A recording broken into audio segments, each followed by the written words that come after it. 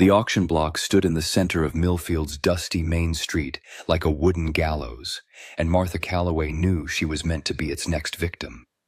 Sheriff William Crenshaw's voice carried across the gathered crowd with the authority of a man who had never questioned his right to decide the fate of others.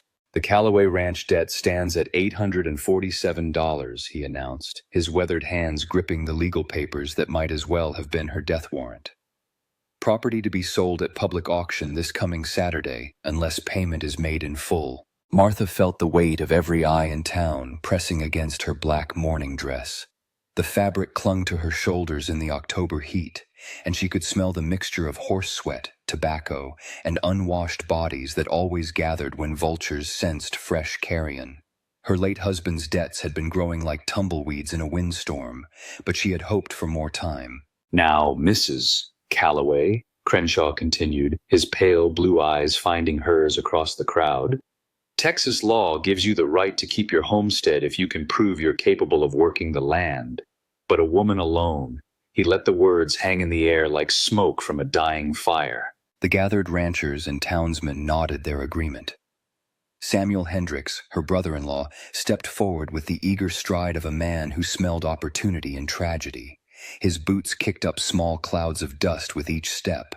"Sheriff, I've been saying for months that Martha can't handle 3,000 acres by herself," Samuel called out, his voice pitched to carry to the back of the crowd. "She's got no sons, no hands willing to work for her. The ranch is dying under her management." Martha's jaw tightened. The truth was more complicated than Samuel's public performance suggested, but the law didn't care about complications. Texas statute required proof of adequate cultivation and maintenance to prevent foreclosure, and her dwindling bank account told only part of the story. "Mrs. Calloway," Sheriff Crenshaw said, stepping down from the platform to address her directly, "you have until Saturday to either pay the debt or demonstrate that you can maintain the property according to state requirements. That means active cattle operations, maintained fencing, and regular agricultural use of at least half your acreage." The sheriff's tone carried the weight of finality, but Martha caught something else beneath it, a hesitation, perhaps. Or maybe just the discomfort of a man who preferred his authority to go unquestioned. "Sheriff," Martha said, her voice steady despite the tremor in her chest, "what exactly constitutes proof of maintenance under the statute?" Crenshaw's eyebrows rose slightly. Most widows didn't question the details of legal proceedings. "The law requires documented evidence of ongoing operations.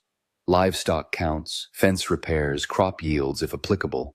And who makes the determination of adequacy? The county assessor, under my supervision." Martha nodded slowly, her mind already working through the implications. The law might be stacked against her, but it was still law, with procedures and requirements that could be met or challenged. Her late husband had taught her to read contracts and land deeds, skills that most women in Millfield lacked. "I understand, Sheriff. You'll have your proof by Saturday." The crowd stirred with murmurs of surprise and skepticism. Samuel's face darkened with something that might have been anger or fear. He stepped closer to Martha, close enough that she could smell the whiskey on his breath despite the early hour. "Martha, be reasonable," he said in a voice pitched for her ears alone. "You can't run that ranch. Sell to me now, and I'll give you enough to start fresh somewhere else. San Antonio maybe, or Austin. Someplace where a woman alone doesn't draw so much attention." The threat in his words was soft but unmistakable. Samuel wanted the ranch, and he wasn't the only one. The Calloway spread sat on some of the best grazing land in the county, with access to the creek that never ran dry even in the worst drought years. "Thank you for the concern, Samuel, but I'll manage." Martha turned to face the crowd, knowing that her next words would determine whether she lived as a free woman or died as a pauper dependent on the charity of men who saw her as nothing more than a problem to be solved. "I'll meet the legal requirements by Saturday," she announced. "The Calloway Ranch will remain operational." The silence that followed her declaration felt heavier than the October heat. Then old Pete Garrison, who ran the feed store, let out a low whistle. "Lady's got sand, I'll give her that," he muttered. Sheriff Crenshaw folded the legal papers with deliberate precision. "Mrs. Calloway, I hope you understand what you're committing to. The law doesn't make exceptions for good intentions. I understand perfectly, Sheriff. What Martha understood was that she had just bought herself 6 days to solve an impossible problem. Her cattle had been disappearing steadily for the past month, and her remaining hands had quit after claiming they'd seen things on the range that couldn't be explained by natural causes. The mysterious riders that appeared at night left tracks but no other evidence, and the local Mexican workers crossed themselves and spoke of Los Jinetes Mudos, the silent horsemen. As the crowd began to disperse, Martha caught sight of Elena Vasquez standing near the blacksmith's shop. The older Mexican woman had worked as a cook and housekeeper for various ranches in the area, and her eyes held a knowledge that went beyond mere gossip. Elena nodded slightly when their gazes met, a gesture so small that Martha might have imagined it. The walk back to her horse felt longer than the 20 yards it actually covered. Each step reminded her of the weight she now carried, and the knowledge that failure would mean not just the loss of her home, but her complete dependence on the mercy of men who had already decided she was incapable of independence. Martha mounted her mare and turned toward home, but she could feel Samuel's eyes following her retreat. He would be planning already, calculating how to ensure her failure while keeping his hands clean. The thought should have terrified her, but instead it sparked something that felt almost like anticipation. She had 6 days to prove that a woman alone could maintain a working ranch in the face of supernatural harassment and human sabotage. The odds were impossible, but Martha had learned long ago that impossible odds sometimes created unexpected opportunities. The ride home took her past the cemetery where her husband lay buried beneath a simple wooden cross. She didn't stop, but she whispered a promise to the dusty ground. I won't let them take what we built, Thomas. Not without a fight they'll remember. By the time she reached the ranch house, the sun was beginning its descent toward the western horizon, painting the sky in shades of orange and red that reminded her of the fires she would need to build if she hoped to keep the wolves at bay for another night. That evening, as Martha sat on her porch, reviewing the ranch's financial records by lamplight, she heard the sound that had been haunting her dreams for weeks. Hoofbeats in the distance, steady and rhythmic, but accompanied by no human voices or cattle calls. The sound grew closer, circled the house twice, then faded toward the east pasture. In the morning, she would find the tracks Elena Vasquez's grandson, Miguel, approach the house just after sunrise, his hat in his hands and his young face creased with worry. He had been one of her few remaining workers, but Martha could see from his expression that he was about to join the exodus. Senor Calloway, he began in Careful English. My grandmother, she says I should tell you something before I go. You're leaving too, then? Miguel's eyes dropped to his boots. The other ranchers, they say anyone who works for you is cursed. They won't hire me if I stay. Martha nodded. She couldn't blame him for choosing survival over loyalty to a woman who might be dead or bankrupt within a week. What did your grandmother want you to tell me? She says the silent riders, they don't come for the cattle. They come because someone called them, and she says you should look for the answer where the water never stops running, even in the dry season. Before Martha could ask what that meant, Miguel mounted his horse and rode away, leaving her alone with a mystery that might hold the key to saving her ranch or destroying what remained of her reputation. The water that never stopped running. Martha knew every inch of her land, every creek and spring and seasonal wash. There was only one place that fit Miguel's description, and it was also the place where most of the mysterious tracks had been found. Martha saddled her horse and rode toward the eastern boundary of her property, where the creek that gave the ranch its value curved through a stand of ancient mesquite trees. As she approached the water, she saw them, clear as day in the soft earth beside the creek bank. Hoofprints, dozens of them, forming a pattern that suggested riders moving in a deliberate circle around a central point. But there were no human footprints, no dropped equipment, no sign that anyone had dismounted or made camp. Just the endless loop of horses that might or might not have carried riders. Martha dismounted and walked to the center of the circle. The ground here was different, harder packed, as if it had been compacted by repeated use. She knelt and pressed her palm to the earth, and felt something that made her breath catch in her throat. The ground was warm, far warmer than it should have been in the cool morning air. and beneath her palm she could swear she felt a rhythmic vibration, like a heartbeat echoing up from the depths of the earth itself. The courthouse steps felt like a stage where Martha's fate would be decided by men who had already written the final act. Judge Harrison Webb sat behind a makeshift desk that had been carried outside to accommodate the crowd that had gathered to witness what most assumed would be the widow's final humiliation. His black robes hung loose on his thin frame, and his eyes held the weary authority of a man who had spent 30 years deciding the fates of people who couldn't afford better representation. Mrs. Calloway, Judge Webb began, his voice carrying the formal cadence of legal proceedings, you've requested this hearing to demonstrate your compliance with state requirements for property maintenance. The burden of proof rests entirely with you. Martha stood before the makeshift tribunal in her best dress, the same black wool she had worn to Thomas's funeral 6 months earlier. She had spent the previous 3 days preparing for this moment, gathering documentation and witnesses, but she knew that success depended on more than paperwork. Sheriff Crenshaw sat to the judge's right, a stack of legal documents arranged precisely before him. Samuel Hendricks occupied a chair nearby, his presence a constant reminder that Martha's failure would be his opportunity.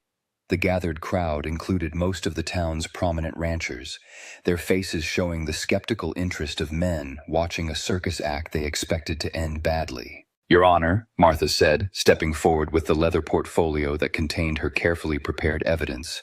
I present documented proof of ongoing ranch operations for the past 6 months. She placed the first document on the judge's desk, a hand-drawn map showing the current locations of her remaining cattle. The numbers were smaller than they had been a year ago, but they met the minimum requirements for active ranching operations. 43 head of cattle currently grazing on marked sections of the property, she continued. Fence repairs completed on the north and west boundaries within the past month, with receipts for materials purchased from Garrison's Feed and Supply. Judge Webb examined the papers with the methodical attention of a man who had learned not to trust first impressions. Mrs. de Calloway, these numbers represent a significant decrease from your husband's operational levels. How do you explain the reduction? The question hung in the air like smoke from a campfire, and Martha felt the weight of every eye in the crowd. This was the moment when she would either find a way forward or watch her world crumble into dust. Your Honor, the reduction reflects market conditions and operational adjustments. However, the remaining livestock maintain adequate utilization of the grazing land as required by statute. It was a careful answer, true but incomplete. The real reason for the reduced numbers lay in the mysterious disappearances that had plagued the ranch for months. But Martha couldn't prove supernatural cattle rustling in a court of law. Samuel Hendricks rose from his chair with the measured confidence of a man who had been waiting for his cue. Your Honor, if I may address the court. Judge Webb nodded, and Samuel stepped forward, his boots clicking against the courthouse steps with military precision. Your Honor, I've been managing cattle operations in this county for 15 years. The Calloway Ranch is failing under Mrs. Calloway's management, and the evidence is clear to anyone who cares to look. Her remaining hands have quit, her cattle counts are dropping monthly, and she's been unable to maintain basic security on the property. Samuel paused, letting his words settle over the crowd like dust after a windstorm. More importantly, Your Honor, there have been disturbances on the property that suggest Mrs. Calloway has lost control of the situation entirely. The murmur that rippled through the crowd carried undertones of fear and suspicion. Martha felt her chest tighten as she realized Samuel was about to make the mysterious riders a matter of public record. What kind of disturbances, Mr. Hendricks? Judge Webb asked. Unexplained activities at night, Your Honor. Tracks without sources, sounds that frighten livestock and workers alike. The Mexican hands speak of curses and supernatural interference. Whether or not such things exist, the practical result is that Mrs. Calloway cannot maintain a stable workforce or secure environment. Martha's hands clenched at her sides. Samuel had found a way to use the mystery against her without having to explain or prove anything supernatural. The court didn't need to believe in ghost riders. It only needed to acknowledge that belief in them made the ranch unworkable. Your Honor, Martha said, her voice steady despite the rapid beating of her heart. Mr. Hendricks speaks of rumors and superstitions. Texas law requires proof of inadequate maintenance, not speculation about employee morale. Judge Webb leaned back in his chair, his fingers steepled before him. Mrs. Calloway, the law does require that property owners maintain adequate security and working conditions. If your employees are refusing to work due to safety concerns, that could indeed constitute grounds for finding the property inadequately maintained. The trap was closing around Martha like the jaws of a steel snare, but she had prepared for this moment. From her portfolio, she withdrew a document that represented her most desperate gamble. Your Honor, I present a signed contract with Elena Vasquez, who has agreed to serve as ranch manager and primary livestock handler for a period of 1 year.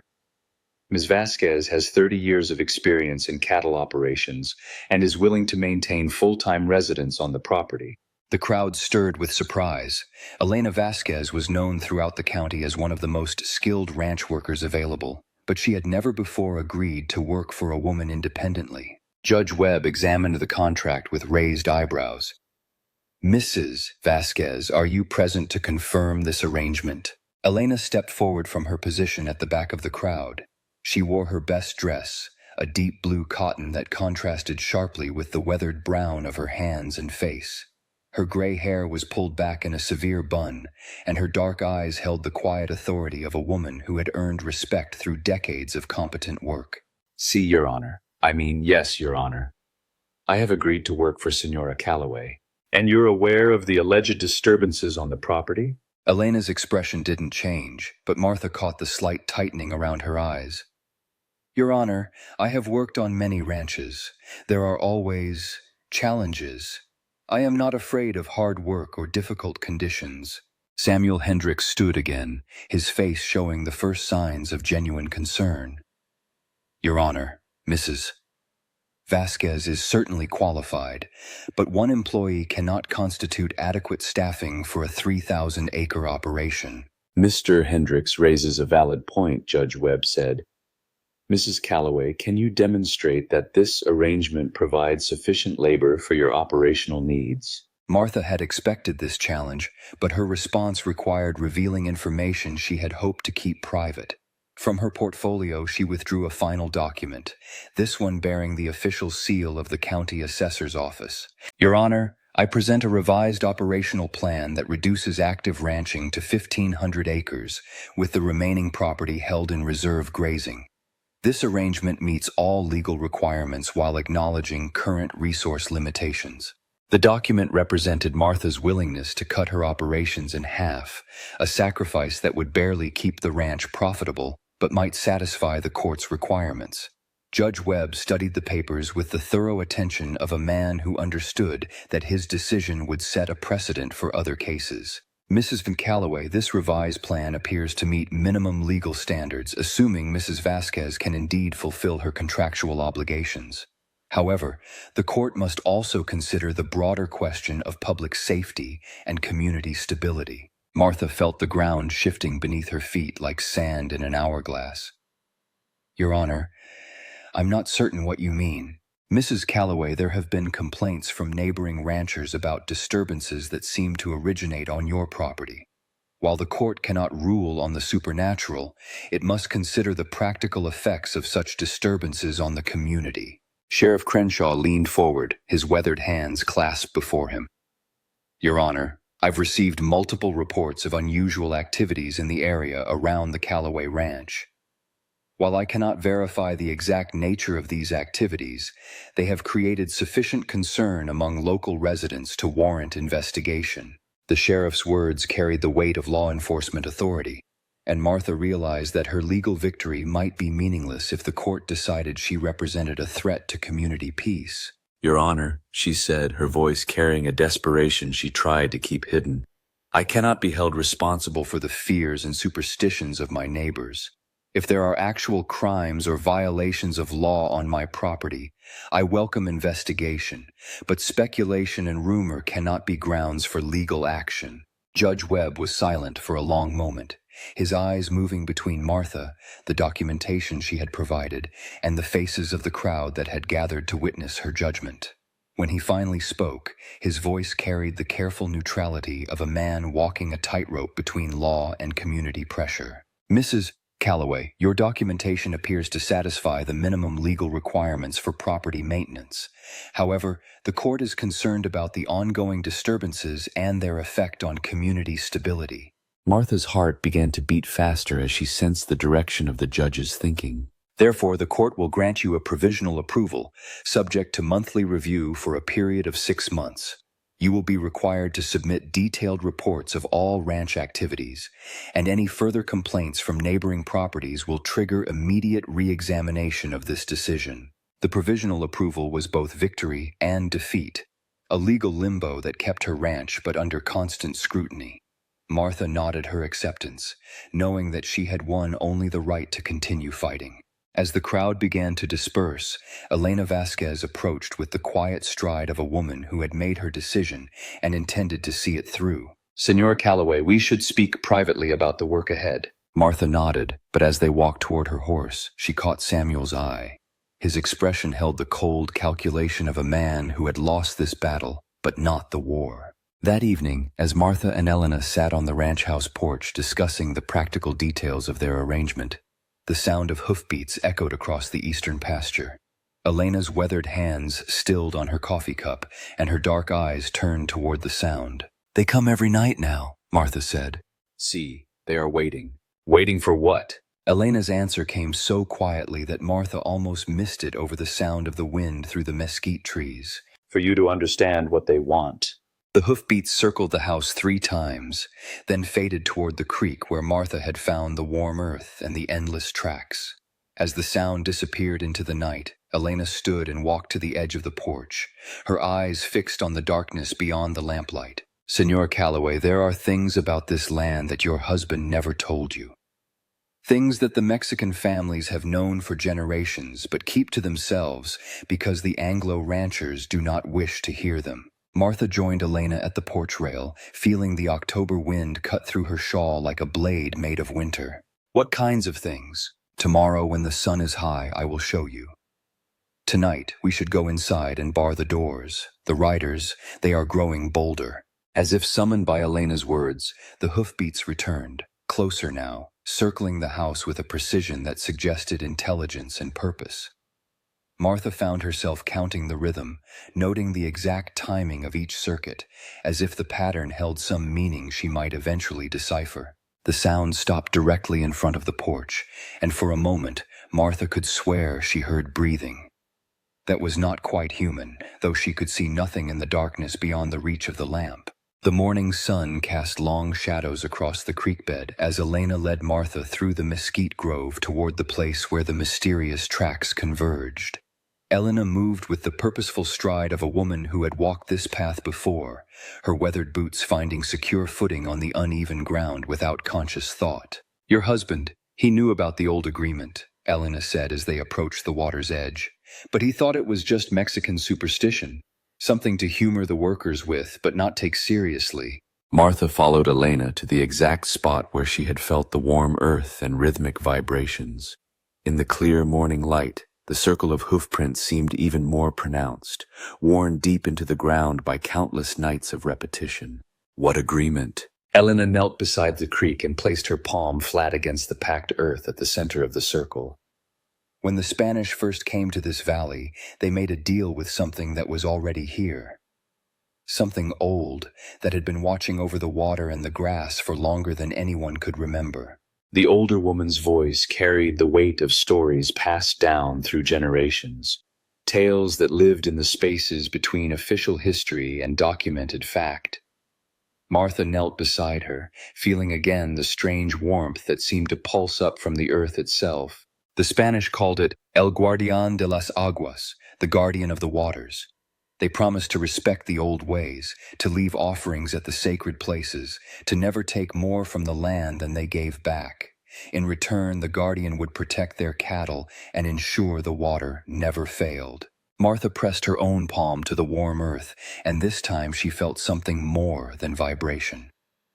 A rhythm that matched her own heartbeat, as if the land itself was alive and aware of her presence. Elena, what does this have to do with the riders? When your husband bought this land from the Hernandez family, he inherited more than just the deed and the water rights. He inherited the obligation to honor the old agreement. But Thomas, he was a practical man. He stopped the offerings, cleared away the shrine stones, treated the water like it belonged to him alone. Elena stood and walked to a cluster of large stones near the creek bank. Martha had noticed them before, but assumed they were natural formations. Now, looking more closely, she could see that they had been deliberately arranged, forming a rough circle around a flat stone that might once have served as an altar. The guardian has been patient, but patience has limits. The riders come because the agreement has been broken, and the debt must be paid. Martha felt a chill despite the warming morning air. What kind of debt? The old ways required an offering every full moon and recognition of the guardian's authority over the water. Your husband stopped both 3 years ago when he decided such things were beneath a modern American rancher. The pieces began to fall into place in Martha's mind like cards in a collapsing house. The mysterious cattle disappearances, the frightened workers, the timing that had begun shortly after Thomas had dismissed the last of the old Mexican hands who might have reminded him of traditional obligations. You're saying Thomas brought this on himself by ignoring some ancient contract with a supernatural guardian? Elena's dark eyes met Martha's with an expression that held both sympathy and warning. I am saying that some debts pass from husband to wife, and some agreements are older and stronger than the law that protects your ranch. A sound from the direction of the house interrupted their conversation. Hoofbeats, but these were different from the mysterious riders. These came with the jingle of spurs and the creak of leather, sounds that belonged to the daylight world of working ranchers. Martha and Elena hurried back toward the house, arriving to find Sheriff Crenshaw dismounting from his horse, while 3 other men remained in their saddles. Martha recognized them as some of Samuel's associates, ranchers whose properties bordered hers and who had supported Samuel's claims in court. Mrs. Vez Calloway, Sheriff Crenshaw called out as she approached, his voice carrying the formal tone that meant official business. I need to speak with you about a complaint that's been filed. Martha felt Elena's hand touch her elbow, a subtle gesture of support that reminded her she was no longer facing these challenges alone. What kind of complaint, Sheriff? Tom Bradley here says some of his cattle went missing last night, and the tracks lead toward your property. Crenshaw gestured toward one of the mounted men, a heavy-set rancher whose face showed the skeptical hostility Martha had come to expect from her neighbors. Bradley leaned forward in his saddle, his leather creaking with the movement. Found tracks this morning leading from my north pasture straight toward your land. Mrs. Calloway, 7 head missing, and I want to know what you intend to do about it.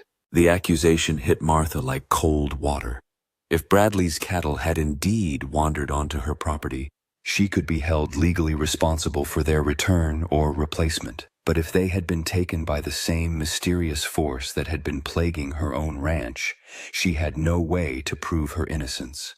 Sheriff, I haven't seen any stray cattle on my property. Elena and I have been checking the herds daily, and we would have noticed animals that didn't belong to us. That may be so, Crenshaw replied, but Mr. Bradley has the right to search for his missing livestock. I'm here to ensure the search is conducted legally. Martha understood the implications immediately.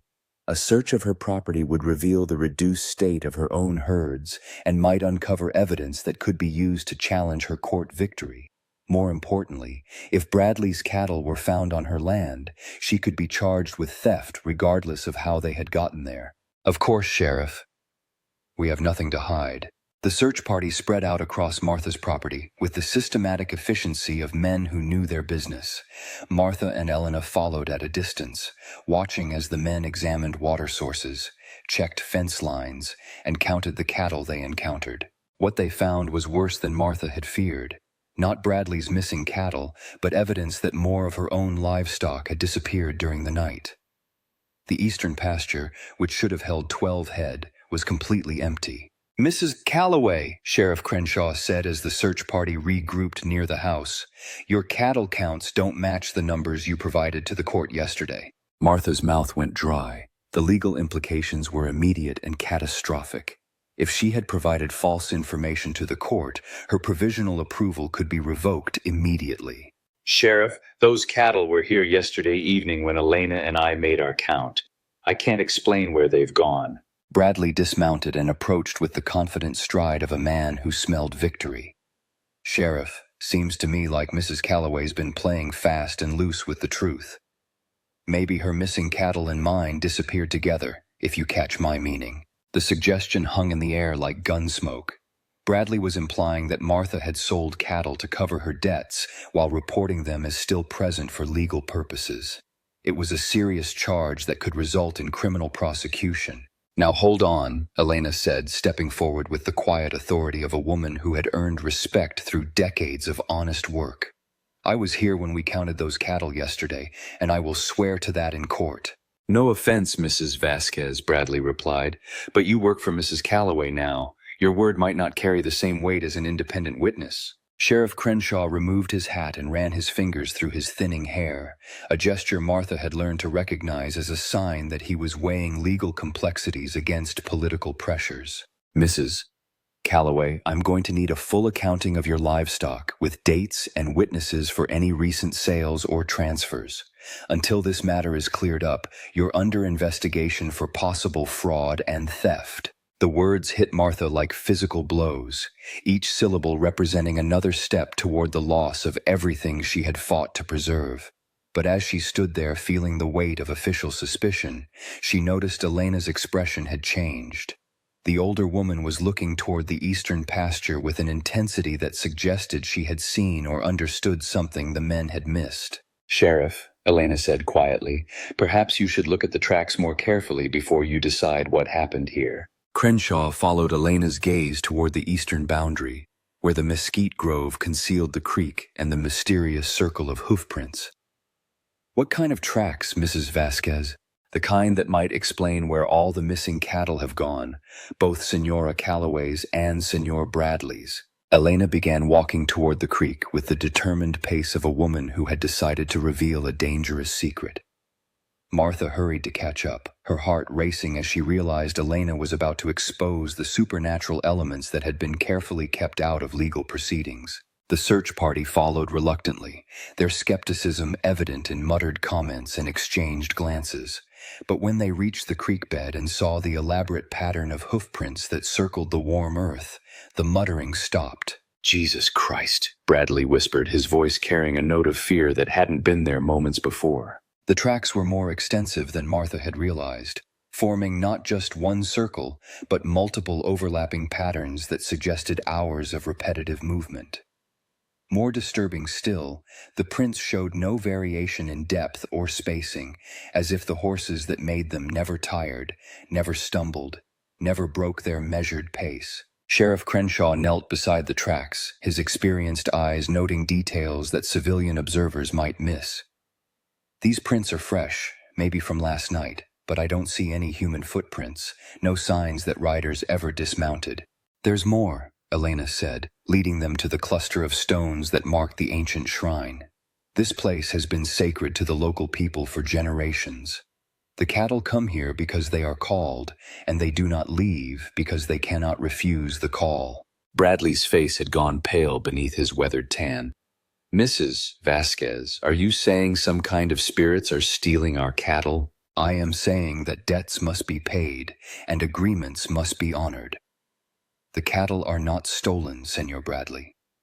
They are taken as payment for promises that were broken. The silence that followed Elena's words felt heavy with implications that none of the men wanted to acknowledge. Sheriff Crenshaw stood slowly, his knees creaking with the movement, and turned to face Martha with an expression that mixed official duty with personal uncertainty. Mrs. Calloway, I need to ask you directly. Do you know anything about supernatural activities on your property? The question hung in the air like smoke from a campfire, and Martha realized that her answer would determine not just her legal status but the direction of her entire future. She could deny everything, dismiss Elena's explanations as the superstitions of an uneducated woman, and hope that conventional investigation would clear her name. Or she could acknowledge the truth and risk being branded as either a liar or a lunatic. Sheriff, I know that cattle have been disappearing from my property for months, and I know that the tracks we're looking at can't be explained by any natural causes. Whether you call that supernatural or just unexplained, I can't say, but I can promise you that I haven't stolen anyone's livestock. Crenshaw nodded slowly, but his expression suggested a man struggling with concepts that fell outside his normal experience. Mrs. Calloway, I'm going to suspend the investigation pending further inquiry, but I want a full report of any additional incidents, and I want to be notified immediately if more cattle go missing. As the search party prepared to leave, Elena approached Martha with an expression that mixed relief and concern. Senor Calloway, tonight is the full moon. If we are going to end this, it must be tonight. Martha felt her stomach tighten with anticipation and fear. What do we have to do? We must restore the agreement your husband broke. We must make the offering and acknowledge the guardian's authority over the water. It is the only way to stop the riders and protect what remain of your cattle. The sun was beginning its descent toward the western horizon, painting the sky in shades that reminded Martha of fire and blood. She had hours to prepare for a confrontation with forces she didn't fully understand, using knowledge she wasn't sure she believed. But as the hoofbeats began again in the distance, circling closer with each pass, Martha realized she had run out of conventional options. Tonight, she would either find a way to honor an ancient agreement or watch her ranch disappear one cow at a time into the realm of the supernatural. The full moon hung above the mesquite grove like a silver dollar suspended in black velvet, casting shadows that seemed to move with purposes of their own. Martha followed Elena through the darkness, her boots finding purchase on ground that felt increasingly unfamiliar despite her years of walking this same path. In her hands, she carried the offering Elena had insisted upon, a clay bowl filled with milk, honey, and cornmeal, ingredients that represented the bounty the land provided and the respect owed to whatever force governed its fertility. The guardian will expect you to speak for yourself, Elena whispered as they approached the circle of stones. I can show you the proper forms, but the words must come from your heart, and you must mean every promise you make. Martha's chest tightened with the weight of approaching confrontation. The hoofbeats had been circling the ranch house for hours, growing louder and more insistent as the moon reached its zenith. Now, as they neared the creek, the sound seemed to come from all directions at once, as if an entire cavalry was converging on this single spot. Elena, what happens if I can't do this?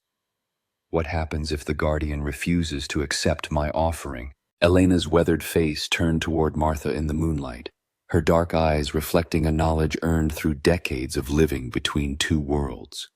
Then the riders will come for more than cattle, and your ranch will become a place where nothing grows and no living thing can survive. They reached the circle of stones, and Martha gasped at what she saw. The ancient shrine had been transformed. The flat stone at the center now gleamed with moisture that caught the moonlight like liquid silver, and the surrounding rocks seemed to pulse with an inner warmth that made the air itself shimmer. More disturbing still, the ground around the shrine was covered with bones, cattle skulls arranged in precise patterns that suggested both offering and warning. Those are from the missing cattle, Elena said, noting Martha's expression. The guardian takes what is needed, but nothing is wasted. The bones return to mark the sacred space. Martha knelt beside the central stone and placed her offering bowl in the center, her hands trembling slightly as she felt the warmth that radiated up from the rock. The sensation was like touching something alive, something that pulsed with awareness and ancient patience. What do I say? Speak as you would to any creditor who holds power over your future. With respect, but also with the strength of someone who understands her rights as well as her obligations. Martha closed her eyes and tried to find words for a conversation she had never imagined having. When she spoke, her voice carried across the water with a clarity that surprised her. Guardian of this place, I am Martha Calloway, widow of Thomas Calloway, and I come to honor the agreement my husband failed to maintain. I offer what I can and ask for understanding of what is owed. The response came not as words, but as a sensation that filled Martha's mind like water flooding a dry creek bed. Images flashed through her consciousness, the land as it had been before fences and property lines, when native peoples had left offerings at this same shrine, the Spanish colonists who had learned to respect the old agreements, generations of Mexican ranchers who had maintained the traditions even as the world changed around them, and finally, Thomas Calloway, dismissing the shrine as superstition and clearing away centuries of accumulated offerings. With the images came understanding. The guardian was not malevolent, but it was bound by laws older than human civilization. The water that gave life to the valley belonged to the earth itself, and those who used it without acknowledgement risked losing not just their cattle, but their connection to the land that sustained them. Martha opened her eyes and found herself facing something that existed at the edge of perception. Not quite solid, not entirely spirit, but unmistakably present. The guardian appeared as a shifting amalgamation of all the creatures that had ever depended on this water. The great buffalo that had once grazed these plains, the deer and antelope that still came to drink, the cattle that now carried the economic hopes of human families, and something else, something older and more fundamental than any individual species. "I understand," Martha said, her voice steady despite the impossible nature of the conversation. "My husband broke faith with you, and the debt has grown beyond simple offerings. What must I do to restore the balance?" The answer came as another flood of images and emotions. The guardian did not want to destroy the ranch or drive away the humans who had made their homes in the valley, but it required acknowledgement, respect, and a commitment to maintaining the ancient reciprocity that kept the water flowing and the grass growing. The price was steeper than Martha had expected. Not just monthly offerings, but a fundamental change in how the ranch operated. A portion of the land would need to be set aside as sacred space, protected from cattle and farming. The water rights would need to be shared with the wildlife that had depended on the creek for millennia. Most challenging of all, Martha would need to become a bridge between the human community and the older forces that governed the land, translating ancient requirements into modern practices. "I accept," Martha said, though she wasn't entirely sure what she was accepting or whether she would be able to fulfill such complex obligations. The guardian's response was immediate and overwhelming. The ground beneath Martha's knees began to vibrate with increasing intensity, and the air filled with the sound of approaching hoofbeats from every direction. But instead of the menacing presence she had expected, the riders that emerged from the darkness carried an energy of completion and relief. They were not quite human, these mounted figures that circled the shrine with precision born of centuries of practice. Their horses moved with a grace that defied natural law, and their riders bore the faces of all the peoples who had ever honored this place. Native warriors with painted faces, Spanish colonists in leather armor, Mexican vaqueros with silver spurs, and something else, older and less human, that might have been the land's own memory of what it had been before history began. As the riders completed their circuit, Martha felt a change in herself as profound as the transformation of the shrine. Knowledge flowed into her consciousness like water filling a long, dry well. The locations of every spring and seasonal stream on the ranch, the migration patterns of the wildlife that depended on the water, the places where the land held power that must be respected and protected. With the knowledge came responsibility. Martha understood that she was now bound to the land in ways that went far beyond legal ownership. She was its guardian and translator, responsible for maintaining the balance between human needs and older claims. The ritual was interrupted by the sound of approaching horses, these bearing riders who were unmistakably human. Martha turned to see torches moving through the darkness, carried by men who rode with the grim purpose of a search party or lynch mob. "Martha!" Samuel's voice carried across the water with a note of triumph that made Martha's blood run cold. "We know you're out here, and we know what you're doing." Elena grasped Martha's arm with urgent fingers. "They have come to stop you, but it is too late. The agreement is sealed, and they cannot break it." Martha stood and faced the approaching riders, her legs steady despite the magnitude of what had just occurred. Samuel led the group, flanked by Sheriff Crenshaw and several other ranchers, whose torches cast dancing shadows across the water. "Mrs. Calloway," Sheriff Crenshaw called out as the party reached the creek bank.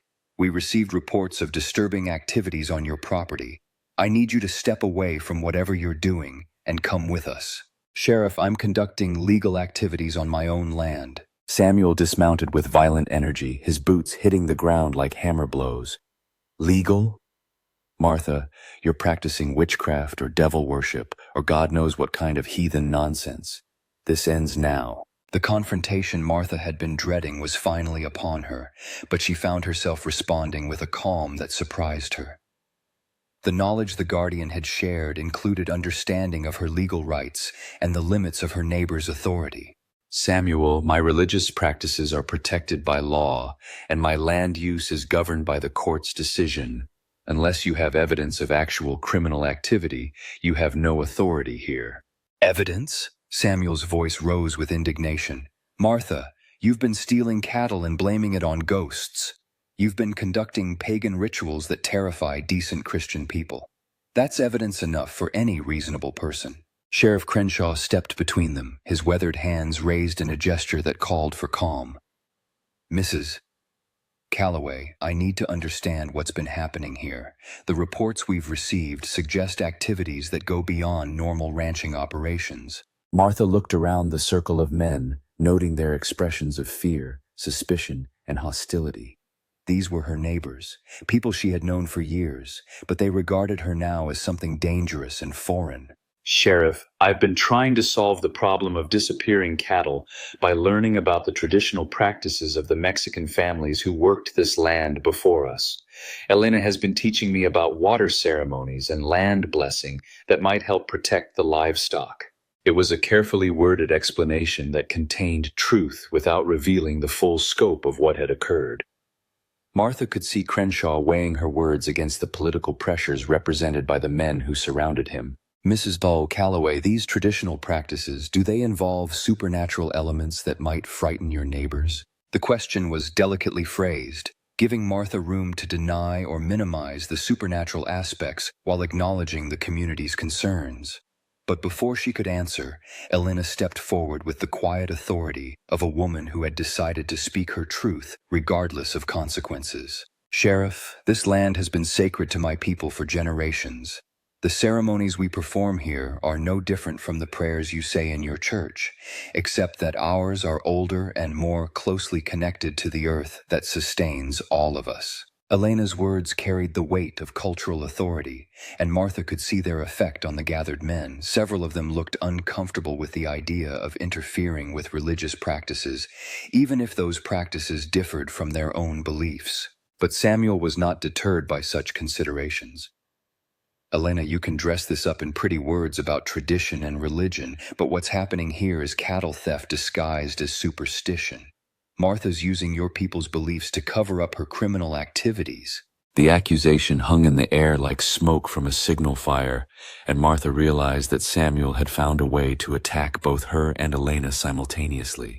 By suggesting that Martha was exploiting Mexican traditions for criminal purposes, he could appear to respect cultural differences while still pressing his case for her removal. "That's not true," Martha said, her voice carrying the quiet conviction of someone who had finally found solid ground to stand on. "The ceremonies Elena has taught me are designed to protect the cattle, not steal them, and the results speak for themselves." As if summoned by her words, the sound of lowing cattle drifted across the water from the direction of the eastern pasture. Martha's heart leaped with sudden hope as she realized what the sound meant. "Sheriff, I think you should check the eastern pasture. I believe you'll find that the missing cattle have returned."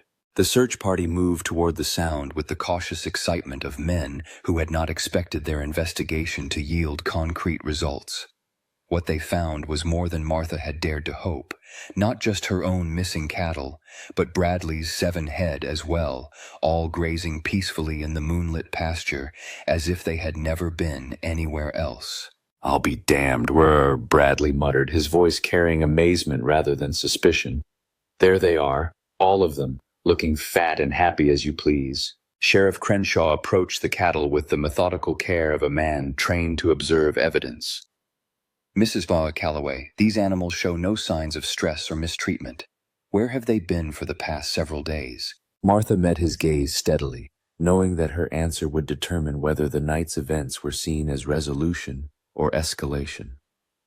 Sheriff, I believe they were protected by the same forces that brought them back. Elena's ceremonies have restored the natural balance that keeps the livestock safe. It was another carefully crafted answer that acknowledged the supernatural without claiming direct control over it. Martha could see Crenshaw weighing the implications, trying to find a way to close his investigation without having to officially recognize forces that fell outside legal jurisdiction. Mrs. Calloway, I'm satisfied that no theft has occurred. The missing cattle have been returned and there's no evidence of criminal wrongdoing. However, I strongly advise you to avoid activities that might alarm your neighbors in the future. The sheriff's words represented a delicate compromise that allowed everyone to save face while acknowledging that something beyond normal explanation had occurred. But as the search party prepared to leave, Martha realized that her real challenges were just beginning. The Guardian had accepted her offering and restored the missing cattle, but the price of that acceptance was a lifetime commitment to maintaining traditions that most of her neighbors would never understand or accept. She was now bound to the land in ways that made her both more powerful and more vulnerable than she had ever been before. The courthouse was packed beyond capacity when Martha arrived for what everyone knew would be the final hearing on her ranch ownership. Word of the previous night's events had spread through Millfield like wildfire through dry grass, growing and changing with each telling until the simple facts were buried beneath layers of speculation, fear, and religious fervor. Judge Webb had called the emergency session after receiving a formal complaint from the newly formed Citizens Committee for Community Standards, led by Samuel Hendricks and backed by signatures from 37 prominent townspeople. Martha walked through the crowd with Elena at her side, feeling the weight of every stare and whispered comment.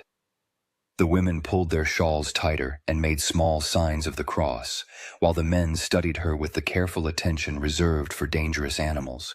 She wore her best black dress again, but now it felt less like mourning clothes and more like armor prepared for a final battle. Mrs. Calloway, Judge Webb began once the courtroom had achieved something resembling order.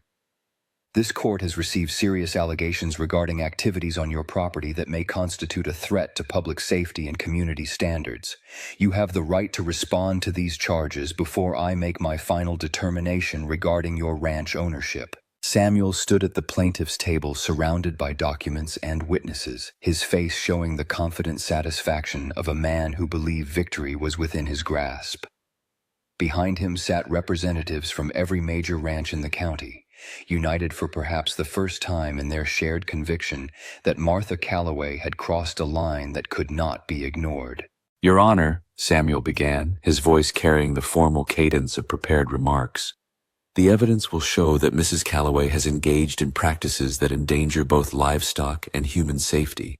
Last night's events prove that she cannot maintain order on her property, and that her activities pose a direct threat to neighboring ranches. Judge Webb studied the papers before him with the weary attention of a man who had hoped to avoid making the kind of decision that would define his legacy. Mr. Hendricks, please present your evidence. Samuel's first witness was Tom Bradley, who testified that his cattle had disappeared mysteriously and reappeared just as inexplicably after Martha's nighttime ritual. His testimony was careful and factual, but the implications were clear.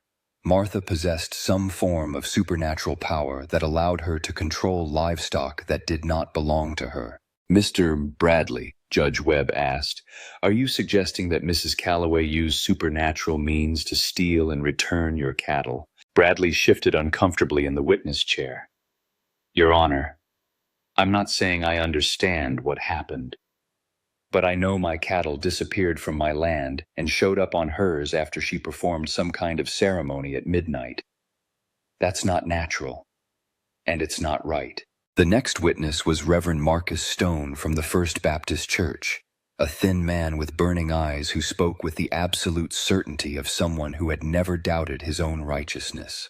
His testimony focused on the spiritual dangers represented by Martha's activities. Your Honor, what we witnessed last night was devil worship, plain and simple. Mrs. Calloway has made a pact with dark forces, and the entire community is now at risk of supernatural retaliation. Good Christian families cannot be expected to live in fear of witchcraft and demon summoning. Martha felt Elena tense beside her as Reverend Stone's words fell across the courtroom like stones into still water, creating ripples of fear and anger that spread through the assembled crowd. The religious dimension of the accusations made them far more dangerous than simple charges of theft or property damage. When her turn came to respond, Martha stood with the quiet dignity of a woman who had found her ground and intended to hold it regardless of cost. She had spent the pre-dawn hours preparing for this moment, knowing that her words would determine not just her own fate, but the precedent for how the community would treat anyone who stepped outside accepted boundaries. Your Honor, I stand accused of practicing witchcraft because I learned about the traditional land management practices of the Mexican families who have worked these ranches for generations. I am accused of supernatural cattle theft because livestock that had wandered away returned to their proper pastures after I participated in a water blessing ceremony that has been performed in this valley for over 200 years. Martha paused, letting her words settle over the courtroom before continuing. The question before this court is not whether my neighbors approve of my religious practices, but whether those practices violate any actual law or cause any actual harm. The missing cattle have been returned unharmed. No property has been damaged. No person has been threatened or injured. The only thing that has been disturbed is the assumption that there is only one acceptable way to live and work in this community. Judge Webb leaned forward, his weathered hands clasped before him. Mrs. Calloway, are you claiming that your activities were purely religious in nature? Yes, Your Honor, I am claiming that I have the same right to practice my beliefs as Reverend Stone has to practice his. The First Amendment protects religious freedom, and Texas law recognizes the validity of traditional practices that do not harm others. Samuel rose with the sharp energy of a man who had been waiting for this opening. Your Honor, Mrs. Calloway cannot claim religious protection for practices that endanger the community. Her activities have terrorized neighbors, caused livestock to behave unnaturally, and created an atmosphere of fear that threatens the stability of our entire region. Mr. Hendricks, can you provide evidence of actual harm rather than community disapproval? The question hung in the air like smoke from a campfire, and Martha could see Samuel struggling to find concrete damages that would justify legal action. His case was strong on fear and suspicion, but weak on demonstrable harm. Your Honor, the harm is in the precedent.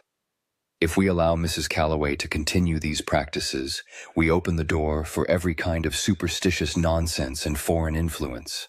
Our community has standards, and those standards exist to protect decent Christian families from exactly this kind of threat. Judge Webb was silent for a long moment, his eyes moving between the legal documents and the faces of the people who had come to witness what they expected would be Martha's final defeat.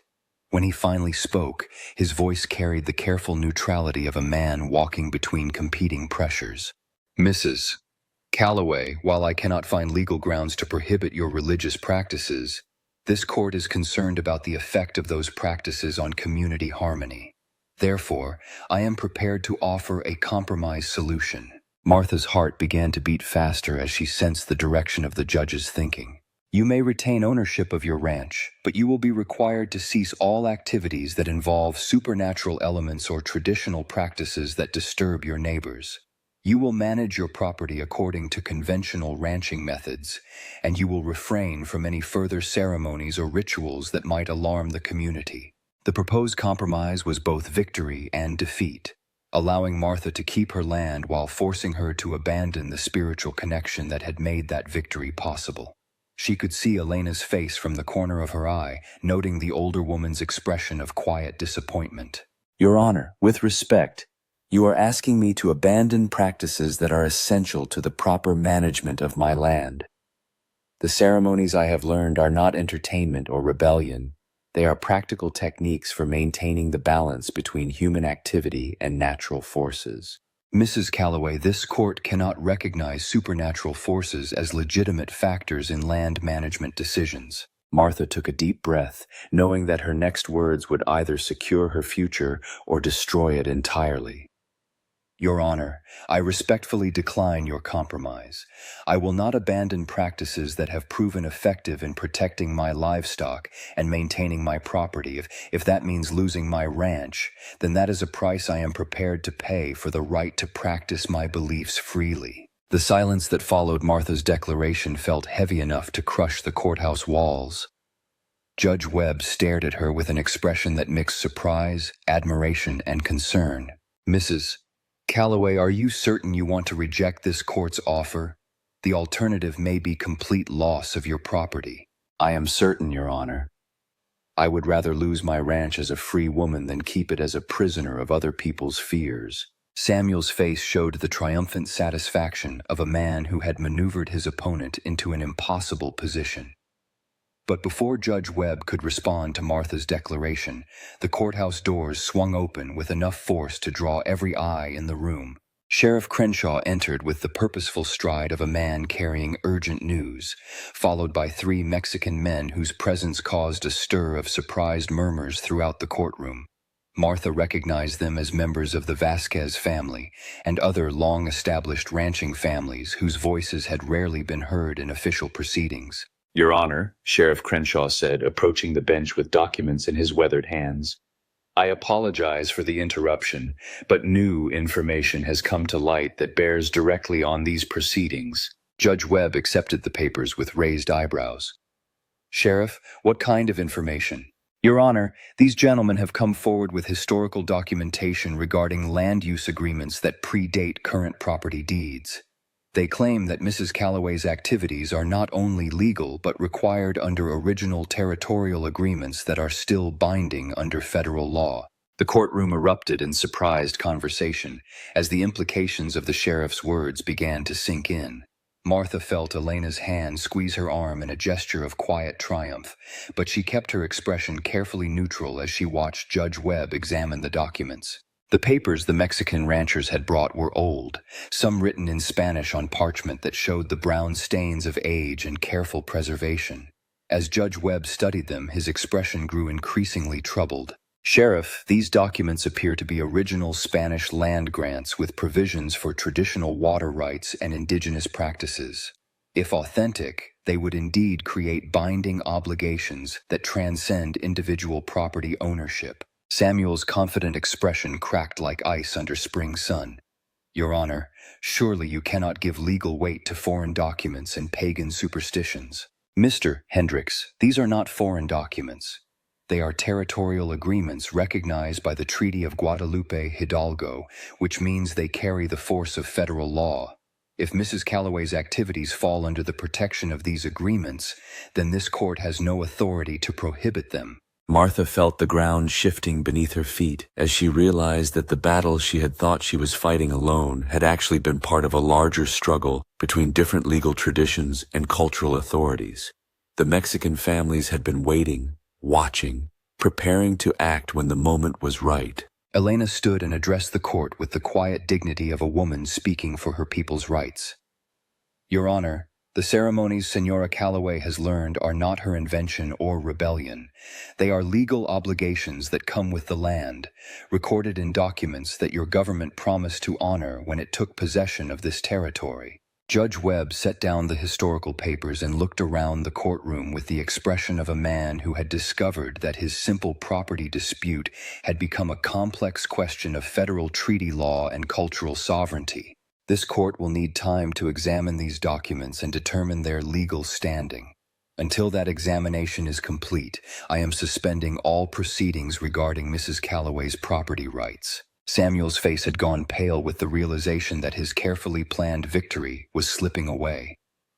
Your Honor, you cannot allow foreign law to override American property rights. Mr. Hendricks, I am not allowing foreign law to override anything. I am acknowledging that American law includes treaties and agreements that may be more complex than any of us initially understood. As the courtroom began to empty amid confused conversations and heated arguments, Martha found herself surrounded by the Mexican families who had come forward to support her case. Their presence represented something she had never expected: acceptance into a community that transcended the boundaries of race and language. Senora Calloway, Elena said as they walked toward the courthouse steps, you have given us something we have waited generations for, a chance to have our rights recognized in an American court. Martha looked back at the courthouse where Judge Webb was still examining the historical documents that might determine the future of property rights throughout the region. The legal battle was far from over, but something fundamental had changed in the balance of power between old ways and new authorities. The sun was setting as Martha and Elena rode back toward the ranch, painting the sky in shades of orange and red that reminded Martha of the fires that forge metal into stronger forms. Behind them, the sounds of heated argument still echoed from the courthouse steps, but ahead lay the quiet certainty of land that had finally found its voice. 3 months after the courthouse confrontation, Martha stood on her porch, watching a sight that would have been impossible to imagine when she first faced Sheriff Crenshaw's auction block. A delegation of ranchers from 3 counties had come to learn about the traditional water management practices that had transformed the Calloway Ranch from a failing operation into one of the most prosperous spreads in the region. Judge Webb's investigation had concluded that the historical land agreements were indeed legally binding, creating a precedent that rippled far beyond Martha's property lines. More importantly, the dramatic improvement in her cattle's health and the reliable flow of her creek during the worst drought in 20 years had attracted attention from practical men who cared more about results than the methods used to achieve them. "Mrs. Calloway," said Robert Harrison, a prominent rancher from Brazos County whose own water sources had been failing, "I'll be honest with you. I don't pretend to understand everything about these traditional practices, but I can't argue with success. My cattle are dying while yours are thriving." Martha descended the porch steps to meet the gathered ranchers, noting how their attitudes had shifted from suspicion to cautious respect. These were men who had once supported Samuel's efforts to drive her from the valley, but drought and desperation had opened their minds to possibilities they would have rejected under normal circumstances. "Mr. Harrison, the practices Elena has taught me are not mysterious or supernatural. They're simply ways of working with the land rather than against it. Techniques developed over centuries by people who understood that human prosperity and natural health are connected." Elena emerged from the house carrying a tray of coffee and the maps she had prepared to illustrate the water ceremony locations and their relationship to seasonal flow patterns. Her presence no longer caused the uncomfortable shuffling it once had. The ranchers had learned to associate her knowledge with practical solutions to their mounting problems. "Gentlemen," Elena said, setting down the tray with practiced efficiency, "the ceremonies we perform are like maintenance on a windmill or repairs to a fence. They keep the natural systems working properly so that human systems can function as well." The explanation was carefully crafted to appeal to men who understood mechanical relationships, even if they struggled with spiritual concepts. Martha had learned to translate ancient wisdom into language that modern ranchers could accept without feeling that they were abandoning their cultural identities. Thomas Bradley, whose cattle had been among the first to disappear and return, stepped forward with the measured confidence of a man who had tested new ideas and found them worthwhile.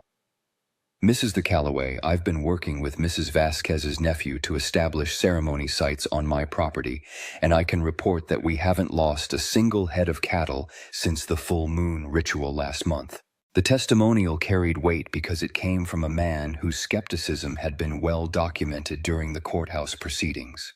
Other ranchers nodded thoughtfully, calculating the potential benefits against the risks of being associated with practices their neighbors might still view with suspicion. "The question," said James Morrison, a younger rancher who had inherited his father's spread but not his father's rigid thinking, "is whether we can implement these practices without causing the kind of community uproar that Mrs. Calloway faced." It was a practical concern that went to the heart of the social changes rippling through the region. The legal recognition of traditional land agreements had created space for different approaches to ranch management, but social acceptance lagged behind legal protection. Mr. Morrison, Martha said, the key is education and gradual implementation. Elena and I have been working with the Mexican families to document the practices in ways that emphasize their practical benefits. We're not asking anyone to abandon their religious beliefs or cultural identity, just to expand their understanding of effective land management. The approach Martha described represented a careful balance between preserving traditional knowledge and making it accessible to people from different cultural backgrounds. The documentation project had become a collaboration between Elena's community and progressive ranchers who recognized that survival in an increasingly challenging environment required new tools and old wisdom. Sheriff Crenshaw arrived as the meeting was concluding, his presence no longer carrying the threat it once had but still commanding attention from the assembled ranchers. His investigation of the historical land agreements had earned him recognition as an expert on territorial law, and his support for Martha's practices carried significant weight in legal and political circles. Mrs. Calloway, he said, dismounting from his horse with the careful movements of a man whose joints reminded him daily of his advancing years. I have news from Austin that you'll want to hear. The ranchers gathered closer, sensing that official news might affect their own situations as much as Martha's. Sheriff Crenshaw removed his hat and wiped his forehead with a gesture that suggested the importance of his announcement.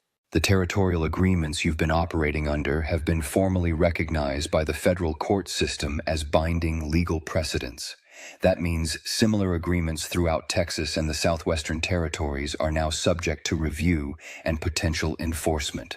The implications of the sheriff's words rippled through the assembled men like stones dropped into still water.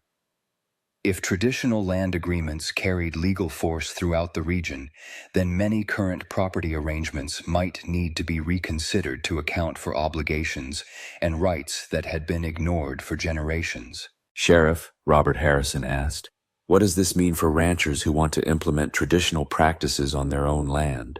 It means you have legal protection to do so, and it also means you may have legal obligations to honor agreements your predecessors made but didn't document properly in deed transfers. The legal complexity of the situation was daunting, but it also represented opportunity for ranchers who had been struggling with conventional methods.